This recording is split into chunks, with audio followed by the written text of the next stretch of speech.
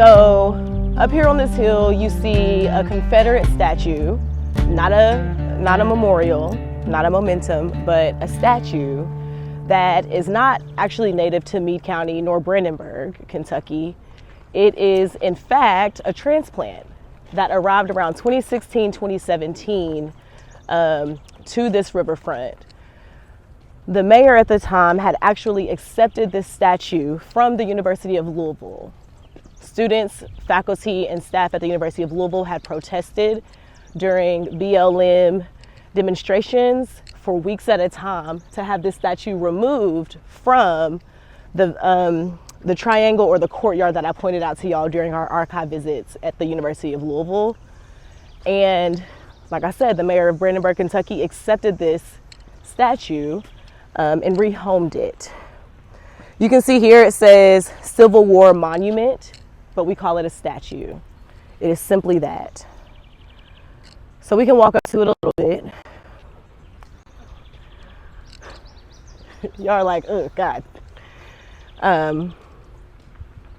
We have some other things happening on this wall behind it. So like I told you, Meade County has the best county fair in the state of Kentucky. We love our fair. Demolition derby, tractor pulls, all that stuff is cool. We love our riverboats. We love our riverboats. They bring really good stuff, including the Ditto family. The word is oral history, or the tale, the myth, is that the Dittos actually got dropped off here in Meade County. They were supposed to travel south, but they got dropped off because some people got sick on the boat, and they just said, just leave them in Kentucky. That's the word. That's what they say. That's what narrators have said on the Freeze Down Project. Do we know it to be true? Not quite, but now we have the Ditto family. Let's see what else. As you can see, this statue is actually it provides 4 different angles.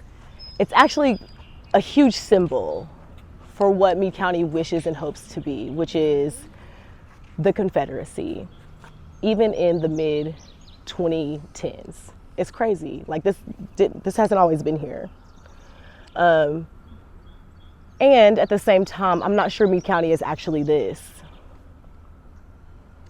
I think it's just a phallic erection of what white people hope to be one day here and won't ever be, because we have always been a union state, slaveholding state, but a union at that. And Black people have always been able to show their agency in this region. We are well trained, we are well read, and we understand what freedom actually looks like. Let me tell y'all a story. Charles Ditto was an enslaved man in the mid-1800s. This is actually true. This ain't word of mouth. Okay. Someone wrote a whole PhD dissertation chapter on this. Okay. Charles Ditto. We know the Dittos, right? Mid-1800s, he was actually enslaved by a family here in Brandenburg, Kentucky, but they trusted Charles, right? He was a good servant. And so every once in a while, they would allow Charles to come on the Ohio River to fish. He then got to sell that fish and make a little profit for himself. Charles did that for decades. One day he wakes up, one day he wakes up and he says, I'm kind of tired of this. I'm tired of being enslaved. I want to make my own money. I want to be a fisherman on the Ohio River, and that's it. I don't want to work for nobody else. So he makes a plot. In the world of Black education, a plot is something that's very intentional, very direct. And a plot is oftentimes the way to freedom. Like to say that, oh, them Black people are plotting. Hell yeah, we are. We are plotting. We are training. We are researching. We are training our bodies, our minds, our spirits for obtaining our own freedom. Charles says, I have a plot. I'm getting out of here. One day he goes fishing on his day off. He never shows up again.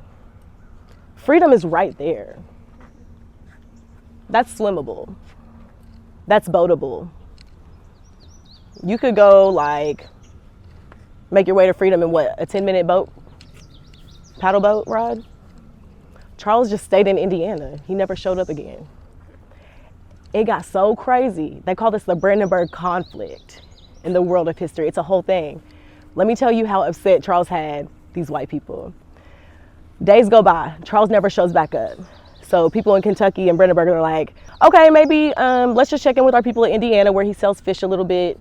Maybe they've seen Charles. They haven't seen Charles. Nobody sees him. Days go on. Finally, Brandenburgers say, the Hoosiers are holding Charles. They must have Charles. The Hoosiers say, we ain't got Charles. We love Charles too. We hate that y'all hold him captive, but we ain't got him. We haven't seen him. He's gone. They start firing cannons at each other right here. The Hoosiers and Brandenburgers, the Brandenburg conflict. They're literally firing cannons over Charles Ditto, one of my ancestors, because he just woke up one day and was like, I'm gonna plot on all of them. I'm gone. Nobody ever found Charles ever again. He made his way to freedom. Period. This is not a Confederate state.